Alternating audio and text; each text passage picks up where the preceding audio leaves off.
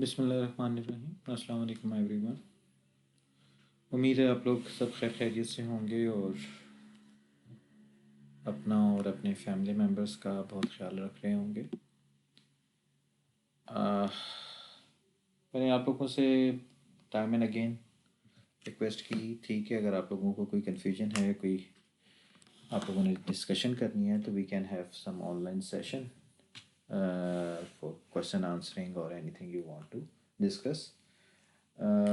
आपके सीआरज़ वगैरह की तरफ से मुझे कोई अभी तक से मैसेज नहीं आया कि आप लोग ऐसा कुछ चाह रहे हैं, तो आई एम टेकिंग इट कि आप लोगों को कोई इसमें कन्फ्यूजन नहीं है and you are getting all the things and all the concepts behind the theory we are discussing। और इसमें अगर किसी किस्म की कोई कन्फ्यूजन है तो you can always contact me. Last time हमने शुरू किया था अबाउट स्टेबिलिटी क्राइटेरिया, जिसमें राउथ हावर्ड स्टेबिलिटी क्राइटेरिया के बारे में हमने बात की थी। उसी चीज़ को आज आगे बढ़ाते हैं। तो उसमें कुछ स्पेशल केसेस हैं। वो स्पेशल केसेस क्या हैं, मतलब आपको याद हो तो हमने बात की थी कि राउथ हावर्ड्स क्राइटेरिया बनाने के लिए आप क्या करोगे, आप अपने राउथ हावर्ड्स का एक टेबल बनाओगे। उसकी जो रोज़ होंगी उनको आप सारी रोज़ फिल इन करोगे। उसमें से जो पहला कॉलम आपका है, उस कॉलम में you will look for number of sign change in the first column. तो जिस लिहाज से भी साइन चेंज हो रहा होगा उसके लिहाज से आप जो है वो अपने आप को आप बता सकेंगे कि कौन से रूट्स जो हैं वो राइट, कितने रूट्स राइट पे हैं और कितने जो हैं वो लेफ़्ट हैंड साइड पर हैं, ताकि आपकी सिस्टम की स्टेबिलिटी का जो है वो आपको क्लियरली पता चल सके। ठीक है, तो ये चीज़ हमने लास्ट टाइम डिस्कस की थी। अभी इसी चीज़ को हम आगे बढ़ाते हैं और इसकी डिस्कशन जो है वो कंटिन्यू करते हैं। अच्छा, कुछ कुछ मौके पे कुछ स्पेशल केसेस आएंगे। वो स्पेशल केसेस क्या हैं? फॉर एग्ज़ाम्पल अगर आपके पास जो है वो एक, मैं आप ही की एग्जांपल है एस क्यूब, आपकी टेक्स्ट बुक की एग्जांपल है, उसी को आगे लेके चल रहा हूँ। S cube plus 2s² plus S plus 2। ठीक है, ये आपकी करेक्टरिस्टिक इक्वेशन है। इस करेक्टरिस्टिक इक्वेशन को अगर आप राउथ टेबल बनाओ या एरे ऑफ कोफिशिएंट्स बनाओ, तो आप देखोगे कि this is your S cube, this is your S square, this is your s1, this is your s0, yes s0। ठीक है, तो अगर आप एस क्यूब कहते हो तो इसका कोफिशिएंट 1 है। एस स्क्वायर की रो में आपके पास 2 आ जाएगा, उसके बाद एस की रो 1 एंड देन 2। ठीक है, अच्छा चलें एक चीज़ और आपको, अगर किसी रो में कोई चीज़ कॉमन है, ठीक है, तो आप उसको कॉमन ले सकते हो। ठीक है, कॉमन लेने का मतलब ये है कि आप इसको let me write it, taking 2 as common. ठीक है, 2 को हम कॉमन ले लेते हैं। 2 को कॉमन लेने का मतलब क्या है कि यहाँ से भी 2, यहाँ से 2 कॉमन आ गया, तो आपके पास जो बाकी टर्म बच गई वो आपके पास, चले late me write it together, मतलब यहाँ पे 2 और 2 लिखा हुआ था, 2 एंड 2। ठीक है, यहाँ से आपने जब 2 कॉमन ले लिया तो 2 की जगह आपके पास 1 और यहाँ भी 1 आ गया। ठीक है जी, ओके। नाउ अगर आप इसको वही नेक्स्ट वाली रो लिखें तो आपके पास क्या है, इसको इससे मल्टीप्लाई किया आपने, इसको इससे मल्टीप्लाई किया विद अ नेगेटिव साइन। ठीक है, तो 1 × 1 और डिवाइड आपने कर दिया इसको इसके साथ। तो 1 × 1 minus 1 × 1 divided by whole divided by 1। ये क्या बन गया, दिस इज योर क्या जी, 1 - 1 0 होता है, तो ये आपके पास 0 आ गया। अब अगर आप देखें तो ये जो 0 आ गया है, अब 0 का साइन ना पॉजिटिव होता है ना नेगेटिव होता है। ठीक है, 0 जो है बस मतलब 0 के हिसाब से ही चलता है। लेकिन जो सबसे बड़ी प्रॉब्लम है वो क्या है कि अगर मैं अपनी ये वाली रो लिखने की कोशिश करूँ, तो ये 0 हो गया। चले मैं इसको पहले 0 लिख लेता हूँ और फिर इसको, चलो this was your 1, this was your 1, this was your 1, this was your 1 and this is your 0। ठीक है, अब अगर मैंने ये वाली टर्म लिखनी है तो वो क्या होगी, वो इसको इससे मल्टीप्लाई करना है, इसको इससे मल्टीप्लाई करना है और इसको इससे डिवाइड करना है। तो जब मैं इसको इससे डिवाइड करने की कोशिश करूँगा तो ज़ाहिर इन्फिनिटी आ जाएगा। ठीक है, तो अनडिफाइन हो जाएगा। अगर इस तरह की सूरत हाल हो तो फिर हम क्या करेंगे, हम इसको अज्यूम कर लेंगे हम इसको अज्यूम कर लेंगे कि ये जो टर्म है ये क्या है, ये टर्म जो है अप्रॉक्सीमेटली एप्सिलॉन के बराबर है। अप्रॉक्सीमेटली एप्सिलॉन के बराबर होने का मतलब क्या है? एप्सिलॉन के बराबर होने का मतलब ये है कि जो आपका एप्सिलॉन है वो एप्सिलॉन मतलब ज़ीरो नहीं है, it is very very close to zero. Epsilon is not zero but it is very very close to zero. That is जब भी मैं इसको डिफाइन मतलब जब भी मैं कोई भी टर्म इससे डिवाइड होगी एप्सिलॉन से, तो ये अनडिफाइंड नहीं होगा, ये इन्फिनिटी नहीं होगा, but it will be a very very big value when you are going to divide it. क्यों हम ये स्टेप उठा रहे हैं, क्यों ये हम कर रहे हैं? Because we are more concern about the sign change in the first column rather than the values. तो वैल्यूज के ऊपर हमारा वैसे ही कोई फोकस नहीं है, तो it doesn't make any difference कि हमारी वो वैल्यू कितनी बड़ी आ रही है या बस अनडिफाइंड ना हो, ताकि हम जो है वो अपने स्टेप्स जो हैं वो आगे कंटिन्यू कर सकें। तो अगर ये वाली सूरत हाल आ जाएगी तो एप्सिलॉन के बराबर हो जाएगा। Now if you want to continue with this तो क्या हो जाएगा? Epsilon multiply by one, it will be epsilon. ठीक है, एप्सिलॉन और zero multiply by one is minus zero whole divided by epsilon. ठीक है, तो अब देखो, पहले पहले यहाँ पे ज़ीरो आना था, ज़ीरो से डिवाइड होना था, तो now it's not zero any more, it's a very small number. ठीक है, ये भी स्मॉल नंबर है, ये भी स्मॉल नंबर है, तो जब ये दोनों आपस में कैंसिल आउट होंगे तो आपके पास आंसर किसके बराबर आ जाएगा? The answer will be equals to one. ठीक है, now if we look for the number of sign changes in the first column, तो आप देख रहे होगे यहाँ पे फर्स्ट कॉलम में कोई साइन चेंज नहीं हो रहा। क्योंकि कोई साइन चेंज नहीं हो रहा तो हम क्या कहेंगे? आपका ये वाला सिस्टम जो है वो स्टेबल सिस्टम है। ठीक है, this is your stable system. So you see, it's very simple and easy to deal with these kind of stability problem कि आपने जो है वो स्टेबिलिटी चेक करनी थी अपने सिस्टम की, या बड़े आराम आराम से कर सकते हैं। ठीक है, ये वाला प्रॉब्लम जो है वो आपके पास क्या है, मतलब जब भी आएगा तो आपने इसको एप्सिलॉन करके, एप्सिलॉन की मदद से आपने इसको रिजॉल्व कर लेना। अच्छा, इसी तरह से आपके पास जो है वो समटाइम कोई इशू, कुछ इस तरह का इशू भी आ सकता है। चलें, let me solve another another problem. उसी में इस स्पेशल केस को जो है वो डिस्कस करते हैं। Okay, you have a problem S cube minus three S plus two. ठीक है, अगर आप इसको देखें तो इसके कोफिशिएंट्स अगर आप बनाएंगे तो कोफिशिएंट्स क्या बनेंगे इसके? This is your S cube, this is your S square, this is your S one, this is your zero. ठीक है, अगर आप इसको सिंप्लीफाई करें तो आप देख सकते हैं S cube one, what is the coefficient of S square? There is no S square in this term, कोई एस स्क्वायर नहीं है यहाँ पर, तो एस स्क्वायर नहीं है तो इसका मतलब है इट इज ऑलरेडी ज़ीरो। फिर इसी तरह से minus three and then two, अब इट इज़ ऑलरेडी ज़ीरो। अगर आप इसको प्रोसीड करना चाहो you can not proceed further.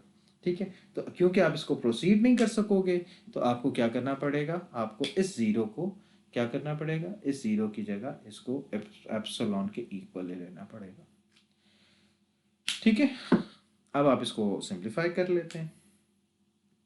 इसको सिंप्लीफाई करना है तो ये this cross multiply by minus three. ठीक है, तो माइनस थ्री एप्सिलॉन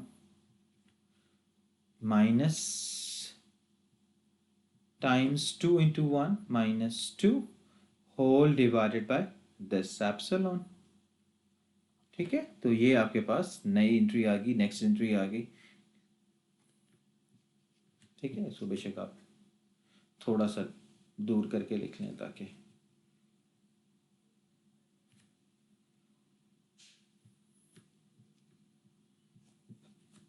ठीक है, तो ये एंट्री आ गई आपके पास।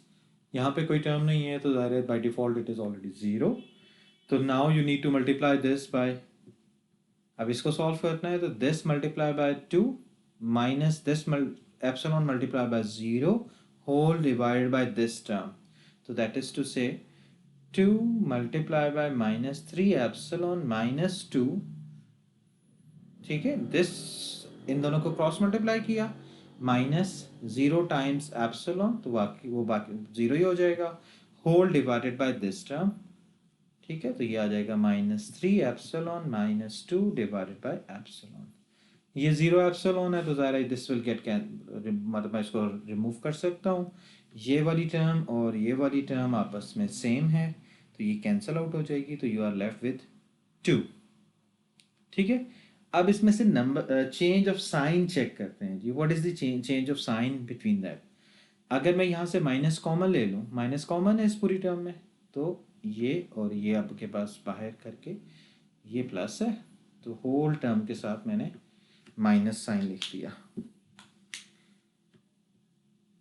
ठीक है, अब ये माइनस साइन है, तो अब अगर आप देखें तो ये वाली जो टर्म आपके पास नज़र आ रही है आपको, this will always be what, this will always be positive.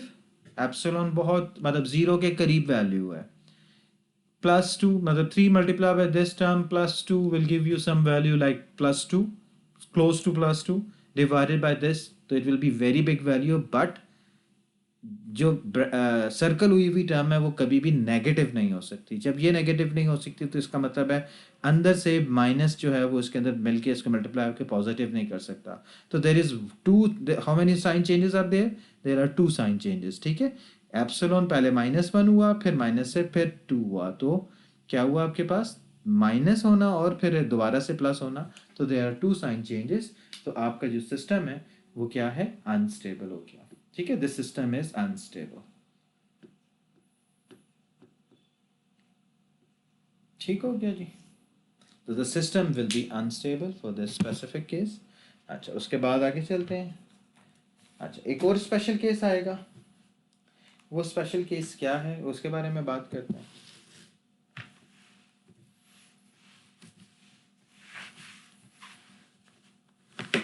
Okay जी, एक और एग्जांपल यहाँ पे लिख रहा हूँ मैं। एग्जांपल है जी आपके पास, you have S5 plus 2S4 plus 24S³ plus plus 48S² minus 25S minus 50 is equals to 0। ठीक है, लगा इसके कोफिशिएंट्स का एरे या राउथ टेबल बनाते हैं, राउथ एरे बनाते हैं। तो S5 S4 S³ S² S1 S0। ठीक है, काफ़ी ज़्यादा कोफिशिएंट्स हैं। S5 का कोफिशिएंट 1 है, S4 का कोफिशिएंट 2 है, देन S³ का कोफिशिएंट 24 है। ठीक है जी, 24। उसके बाद S² का कोफिशिएंट 48, उसके बाद S का कोफिशिएंट -25 और उसके बाद S⁻0 का कोफिशिएंट -50। तो अगर आप इस वाली टर्म को देखें, इस वाली रो को देखें, तो इस वाली रो में 2 कॉमन है। अगर आप चाहो तो ऐसे भी कंटिन्यू कर सकते हो, कोई फ़र्क नहीं पड़ेगा। लेकिन अगर हम इसका कॉमन लेके इसको मतलब सिंप्लीफाई कर लें तो वो भी मतलब आसान है, बेहतर है कर लें, ताकि हमारी मल्टीप्लिकेशन और बाकी चीज़ें जो हैं वो आसान हो जाए। ठीक है, तो 2 कॉमन ले सकता हूँ मैं, 2 से डिवाइड कर दें या 2 कॉमन ले लें, तो this will B 1, this will B 24 and this will be again -25। ठीक हो गया, 2 कॉमन ले लिया या 2 से डिवाइड कर दिया तो आपके पास ये रो आ गई।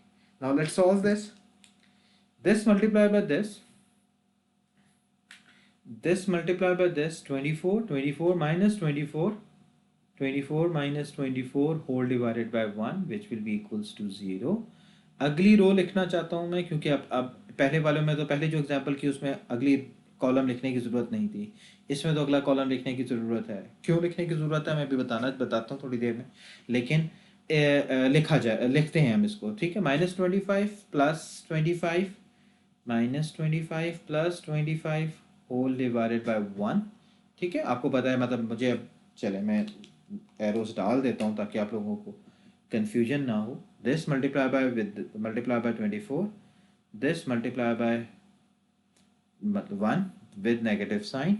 अगली रो के लिए you need to multiply it, चलिए मैं ब्लू मार्कर यूज़ कर लेता हूँ।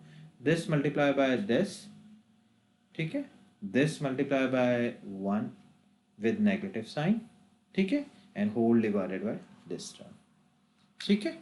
तो अगर आप देखें तो ये भी ज़ीरो हो गया, दिस इज ऑल्सो ज़ीरो ना। तो अब ये प्रॉब्लम थोड़ी सी डिफरेंट है as compare to the previous problems. इस प्रॉब्लम में क्या है कि जो भी हमने वर्कआउट करके एक रो बनाई है, उस रो की तमाम एंट्रीज ज़ीरो हो गई हैं। पहले ऐसी सूरत हाल नहीं थी, पहले आपके पास सिर्फ एक कोई एंट्री जो है वो ज़ीरो हो रही थी, ठीक है। अब आपके पास तमाम एंट्रीज जो हैं वो ज़ीरो हो गई हैं। अगर ये तमाम एंट्रीज ज़ीरो हो जाएं तो फिर जाहिर है कि आप इसको एप्सिलॉन भी रख लें तो तब भी आप इसको सिंपलीफाई, मतलब इसको आगे चल नहीं सकते। चलें फर्ज करें मैं इसको एप्सिलॉन रख लेते हैं पहली वाली रो को, इसको हम इक्वल टू एप्सिलॉन कह देते हैं जी। अब अगर आप आगे बढ़ने की कोशिश करेंगे तो आपने अब स्क्वायर वाली टर्म लिखनी है, तो क्या होगा, इसको मल्टीप्लाई करेंगे आप इससे, ठीक है, 24 epsilon minus zero whole divide by this, क्या आ जाएगा आपके पास, एप्सिलॉन और एप्सिलॉन कैंसिल हो जाएंगे, आपके पास क्या आ जाएगा जी, 24 आ जाएगा आपके पास। विल इट बी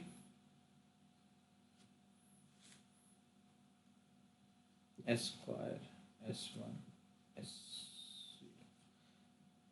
ओके, इसको आपने मल्टीप्लाई किया इससे, इसको मल्टीप्लाई किया आपने इससे, ठीक है, within negative sign whole divided by this epsilon, तो ये आपके पास 24 आ जाएगा, ठीक है। अगली वाली एंट्री लिखना चाहेंगे आप, अगले वाली एंट्री आपके पास फिर ये इससे मल्टीप्लाई हुआ, ये इससे मल्टीप्लाई हुआ और ज़ीरो आ जाएगा आपके पास, होल डिवाइडेड बाय एप्सिलॉन, तो इट विल बी ज़ीरो, ठीक है। इसके आगे भी आप कंटिन्यू करेंगे तो you will not be able to finish this process. तो उसमें क्या होगा आपके पास, आपको वो जो क्राइटेरिया हम इस्तेमाल करना चाहते हैं, वो क्राइटेरिया जो फर्स्ट कॉलम वाला है वो हम नहीं कंटिन्यू कर सकेंगे।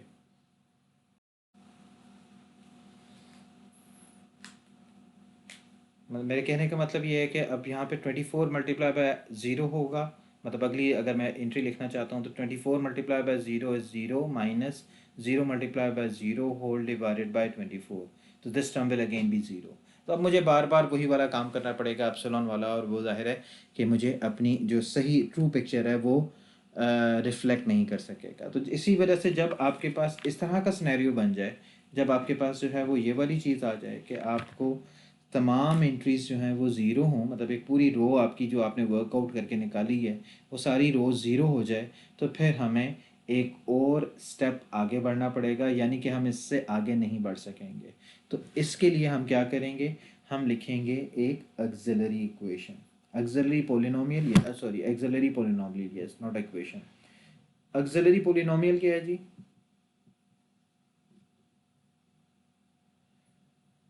ऑक्सिलरी पोलिनोमियल क्या है,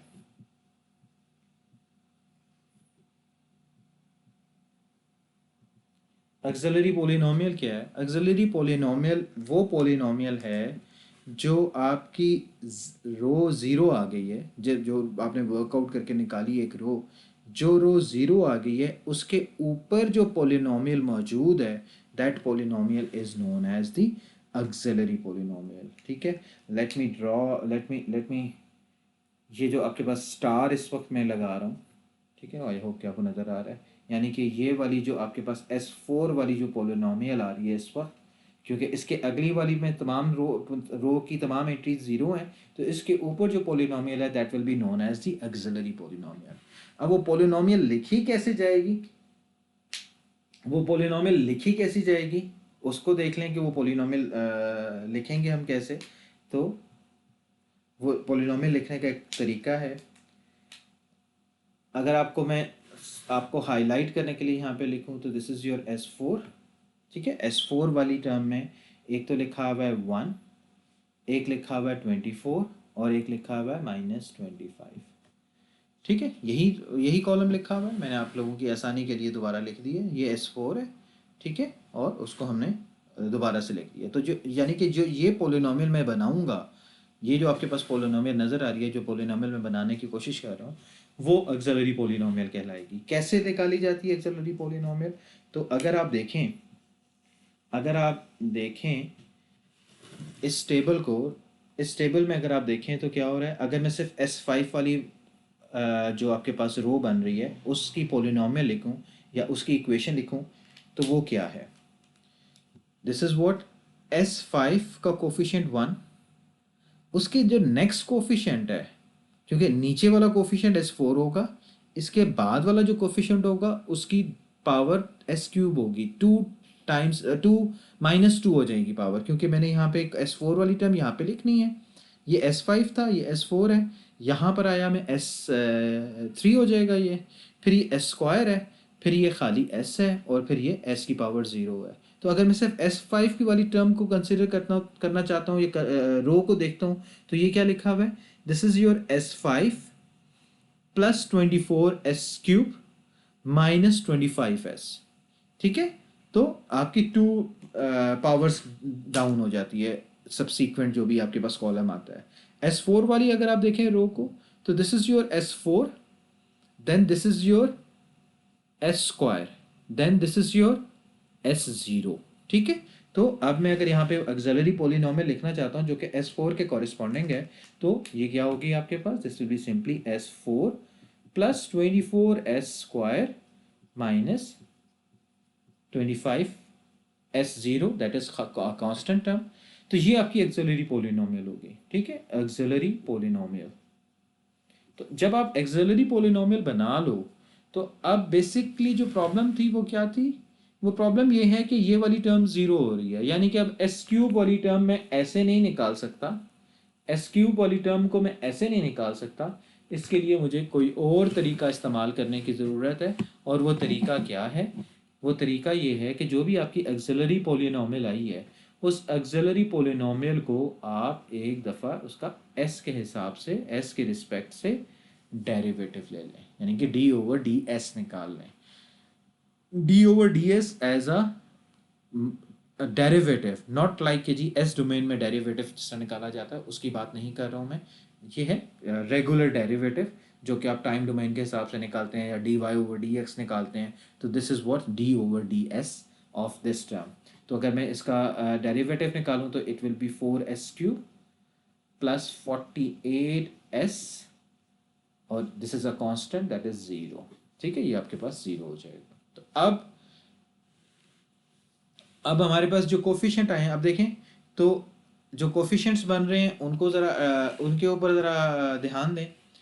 4S³ यहाँ पर S³ आपके पास लिखा हुआ है, मैंने S³ के कोफिशिएंट्स लिखने हैं। ठीक है, तो S³ वाली रो लिखनी है। तो अगर आप देखें तो S³ के साथ 4 लिखा हुआ है, तो यहाँ पे मैंने इसका कोफिशिएंट 4 लिख दिया। उसके बाद नेक्स्ट जो टर्म आनी चाहिए 2 पावर्स माइनस होके आएगी, वो आपके पास क्या आ गया? 4S। तो S की जगह 48S, उसका कोफिशिएंट 48 है। बाकी जो है वो ज़ाहिर है कि आगे लिखने की ज़रूरत है नहीं है, मतलब आप ना चाहो तो लिख लो, नहीं लिखना तो डजंट मेक एनी डिफरेंस, क्योंकि एक रो उसमें से माइनस हो जाएगी। ठीक हो गया। तो अगर आप देखें तो हमारे पास ये S³ वाली जो प्रॉब्लमेटिक रो थी वो हमने लिख ली है, यानी कि ये वाली रो पूरी 0 हो गई थी, उसको हमने जो है वो लिख लिया ऑलरेडी। तो हमारे लिए काम आसान हो गया है। अब क्योंकि काम आसान हो गया है, अब 0 वाली टर्म हमने ख़त्म कर ली है, तो we can proceed like we used to do in the Rouse stability criteria। तो ये क्या हो गया आपके पास? this multiply by 24 multiply by 4 minus 48 with a negative sign whole divided by this term, तो आपके पास नेक्स्ट टर्म आ जाएगी। तो अगर आप देखें तो 24 multiply by 4 is 96। ठीक हो गया, माइनस 48 होल डिवाइडेड बाय 4। ठीक हो गया जी। तो अगर आप देखें तो 96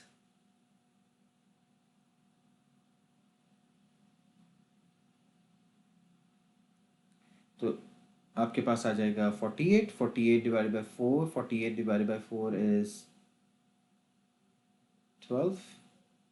ठीक है, तो ये 12 हो गया। अब हमने इसके सेकंड कॉलम वाली एंट्री लिखनी है। सेकंड कॉलम वाली एंट्री कैसे लिखी जाएगी? This multiply by this, this multiply by this, जो कि ऑलरेडी 0 समझे आप यहाँ पे, this multiply by this whole divided by this 4। तो अगर आप देखें तो जब भी 0 होता है तो आपके पास डायरेक्टली ये वाली टर्म आ जाती है, which is equals to -25। Minded this is your column 2, not the third column. Okay, second column की एंट्री है ये। इसी तरह से आप एस क्यूब लिख सकते हैं, आगे प्रोसीड कर सकते हैं आप इसको। ठीक है, आगे कैसे प्रोसीड करेंगे वो देख लें। So now this is 12, this is minus 25, this is your 448. Now this has to be multiplied by this minus this multiplied by this whole divided by this term. यानी कि 12 multiplied by 48 minus प्लस हो जाएगा 25 multiplied by 4 whole divided by 12। ठीक है, इसके आगे आप चले जाएं, मतलब ये वाली एंट्री तो ज़ाहिर है कि आप एलिमिनेट हो चुकी है। अगली वाली टर्म में चले जाएं तो this multiply by this multiply bye, यानी कि ये ज़ीरो है, दिस मल्टीप्लाई बाय दिस, तो यहाँ पे आपके पास डायरेक्टली -25 आ जाएगा। मैंने इसको सॉल्व नहीं किया, मतलब मुझे ज़रूरत नहीं थी सॉल्व करने की, इसकी वैल्यू निकालने की, बिकॉज ये जब इससे मल्टीप्लाई हो रहा है और फिर इसी ने से इससे डिवाइड भी होना है और आगे ज़ीरो वाली टर्म्स ने इसको कैंसिल आउट कर देना है, तो डायरेक्टली मैं ये वाली वैल्यू से वैल्यू यहाँ पे लिख सकता हूँ, तो इसलिए मैंने इसकी ये वाली वैल्यू एज इट इज़ लिख ली। तो अगर आप देखें तो how many sign changes we have in first column, इस पहले कॉलम में कितने साइन चेंजेस आ रहे हैं? There is only one sine change, मतलब सारे बाकी पॉजिटिव आ रहे हैं और आखिर में जाके वो नेगेटिव हो रहा है। तो इसका मतलब है कि आपका जो ये सिस्टम है, ये सिस्टम क्या है? ये सिस्टम आपका अनस्टेबल है, क्योंकि इसमें से एक साइन चेंज आपको नजर आ रहा है। ठीक है, this is how you deal with this kind of problem. ठीक है, अब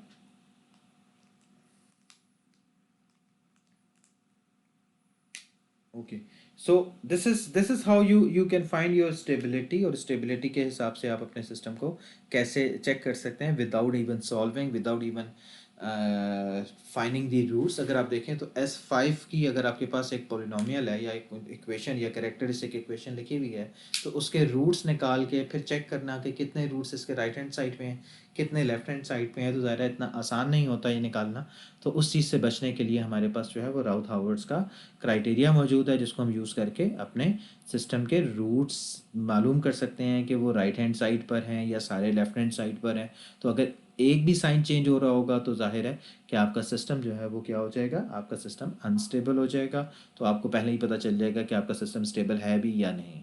ठीक है, ओके जी, ओके जी। ये वाला सिनेरियो कब आएगा कि आपकी पूरी रो ज़ीरो हो जाए? अगर आपकी पूरी रो ज़ीरो हो जाए, रो ज़ीरो होने का मतलब है कि आपके जो जो जो पोल्स हैं, जो आपके मतलब आपका जो सिस्टम है, it has two conjugate two conjugate poles, it have it has two conjugate poles. ठीक है, दो सूरत हाल हो सकती हैं, या तो उसके टू कॉन्जुगेट पोल्स हों, यानी कि आपके एस प्लेन में मतलब रियल पार्ट मतलब दो कॉन्जुगेट पोल्स हों, या फिर एक और सिनेरियो हो सकता है जब आपके पास ये चीज़ ज़ीरो आए कि आपका जो सिस्टम है उसके जो दो पोल्स हैं वो सेम वैल्यू के हों, मतलब सेम लोकेशन पे हों, but with the different sign. ठीक है, साइन चेंज, साइन इज मतलब अगर आपको इसको मैं कहूँ कि ये आपके पास at the distance of two है, ये रूट्स मतलब रूट जो आए हैं वो टू आए हैं, यानी कि रूट जो है वो +-2 आया है। ठीक है, अगर +-2 है तो मैग्नीट्यूड दोनों की मतलब लोकेशन दोनों की 2 है, लेकिन due to the sign change there is this is a sign change. इसी तरह से अगर आपके पास जो है वो दो कंजुगेट पोल्स इसी तरह से आ जाएं, जो कि आप मतलब केसेस डिफरेंट केसेस में आ सकते हैं, तो तब भी आपके पास जो है वो आपका सिस्टम इस तरह के मतलब पूरी रो के ज़ीरो होने का चांस बन सकता है। इसी तरह से अगर आप देखें तो अगर सिर्फ एक कॉलम की जो पहली मतलब फर्स्ट कॉलम में जो एंट्री आ रही है, फर्स्ट कॉलम की जो एंट्री है उसमें अगर कोई एक ज़ीरो आ जाता है, तो वो शो करता है यूजुअली कि आपके पास जो है वो इमेजिनरी एक्सिस पे दो कॉन्जुगेट पोल्स लाए करते हैं। उसकी वजह से आपके पास ये वाला सिनेरियो आएगा कि आपके पास कोई एक जो है वो सिस्टम मतलब कोई एक एंट्री इन एनी रो जो फर्स्ट कॉलम एंट्री होगी वो ज़ीरो आ जाए। ठीक है, तो that is just the cases why it will happen, it is something related to mathematics. तो लेकिन just to give you an idea कि ये केसेस क्यों आते हैं या कब आते हैं, तो उसकी वजह क्या है? वजह सिंपल सी है कि अगर आपके पास जो है वो पूरी रो ज़ीरो हुई है, तो इसका मतलब है कि you have two roots with opposite signs. ठीक है, और with same magnitude but opposite sign. और इसी तरह से अगर आपके पास जो है वो पहली एंट्री सिर्फ कॉलम की ज़ीरो हुई है, ठीक है, फर्स्ट कॉलम में एक रो है जिसकी सिर्फ पहली एंट्री ज़ीरो है, तो उसमें उसकी उसकी सूरत हाल क्या बनती है कि आपके पास जो है वो रियल एक्सिस पे कोई सॉरी इमेजिनरी एक्सिस के कोई दो कंजुगेट पोल्स हैं, दैट इज़ रियल पार्ट उसका ज़ीरो है और कंजुगेट पोल्स आपके पास दो आ रहे हैं, ठीक है। Okay, this is how you deal with the stability thing, ठीक है, स्टेबिलिटी कैसे फाइंड की जा सकती है और किस तरह से निकाली जाती है, ठीक है। एक और टर्म यूज़ की जाती है जिसको आप रिलेटिव स्टेबिलिटी का नाम देते हो। What is the relative stability? Relative stability नाम से ही जाहिर है कि it is relative to some certain point. यानी कि मैं अगर आपको स्टेबिलिटी के बारे में बात करूँ या उसको थोड़ा सा फिज़िकल मीनिंग पे बताऊँ कि स्टेबिलिटी का मतलब क्या है, फिर उसके उस हिसाब से मैं आपको रिलेटिव स्टेबिलिटी की बात बताऊँगा। स्टेबिलिटी का मतलब क्या है कि ये आपका एस प्लेन है। अगर आपका सिस्टम स्टेबल है, ठीक है, यहाँ पे एक पोल है, यहाँ पे एक पोल है, लेट्स से यहाँ पे एक पोल है, ठीक है, तो इसके सारे पोल्स क्योंकि लेफ्ट हैंड साइड पर हैं तो इसका मतलब है ये सिस्टम स्टेबल है। Once the system is stable तो आप कहेंगे कि जी आप मतलब जो भी आपका राउट स्टेबिलिटी क्राइटेरिया से पता चलेगा वो सारे फर्स्ट कॉलम की सारी एंट्रीज जो हैं वो क्या होंगी, पॉजिटिव होंगी। जब वो पॉजिटिव है तो यू नो कि आपका सिस्टम स्टेबल है। वंस दिस इज स्टेबल, मैं अब इसमें ये चीज़ चेक करना चाह रहा हूँ कि ठीक है सिस्टम स्टेबल तो है लेकिन कितना स्टेबल है, ठीक है, how much it is stable, ठीक है। तो मैंने क्या किया, मैंने अपनी एक लाइन जो है वो आगे शिफ्ट कर दी। तो now I am trying to find the relative velocity कि ठीक है सिस्टम स्टेबल है विद द एब्सोल्यूट स्टेबिलिटी के हिसाब से बात कर ली तो ये एब्सोल्यूट स्टेबिलिटी को रिप्रेजेंट कर रहा है, ठीक है, एब्सोल्यूट स्टेबिलिटी विद जो भी y is equals to zero.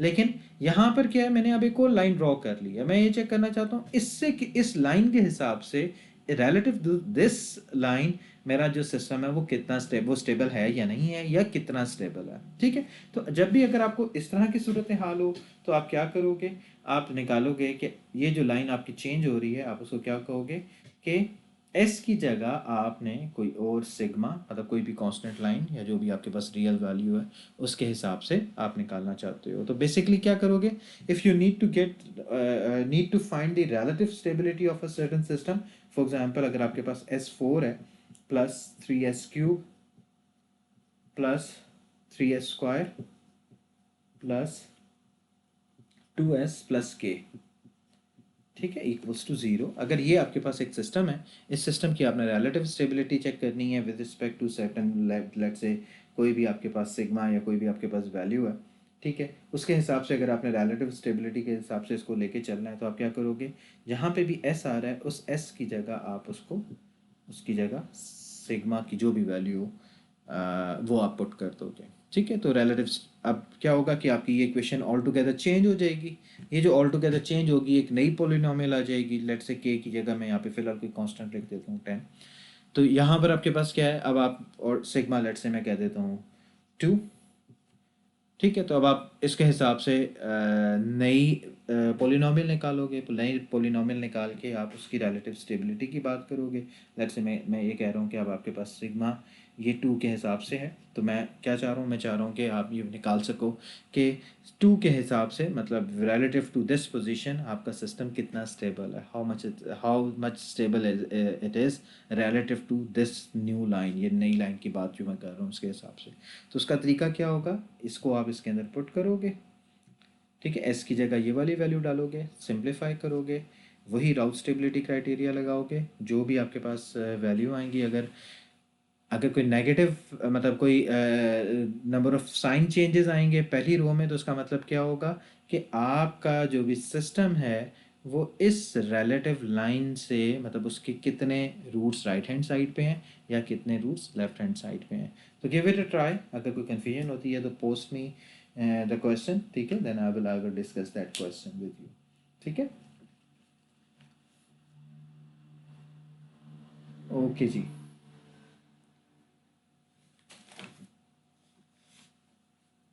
अच्छा विद दिस मैं मेरा ख्याल है कि इस लेक्चर को क्योंकि मैं नया टॉपिक शुरू करने से पहले जो है वो फिर मतलब टाइम कम है तो मैं नया टॉपिक नहीं शुरू करता, मैं अगले लेक्चर में नया टॉपिक की बात कर लूँगा। अब जो नया टॉपिक हमारा आएगा वो नया टॉपिक होगा रिलेटेड टू कि हम देखना चाहते हैं कि PID PD और इस तरह के जो कंट्रोलर्स हैं अगर हम अपने सिस्टम पे अप्लाई करते हैं तो वो हमारे सिस्टम को स्टेबल करते हैं, अनस्टेबल करते हैं, क्या इफ़ेक्ट डालते हैं। ठीक है, माइंडेड हम जो भी बात करेंगे वो सेकंड ऑर्डर सिस्टम के हिसाब से बात करेंगे, सेकंड ऑर्डर सिस्टम को ही कंसिडर करते हुए आगे चलेंगे और फिर देखेंगे कि बेसिकली ये जो PID हैं या PD हैं या PI कंट्रोलर्स हैं, ये बेसिकली होते क्या हैं, हमारे सिस्टम में क्या ऐसा कुछ करते हैं कि हमारा सिस्टम जो है वो बेहतर हो जाता है, या बेहतर भी होता है या नहीं होता या ख़राब हो जाता है।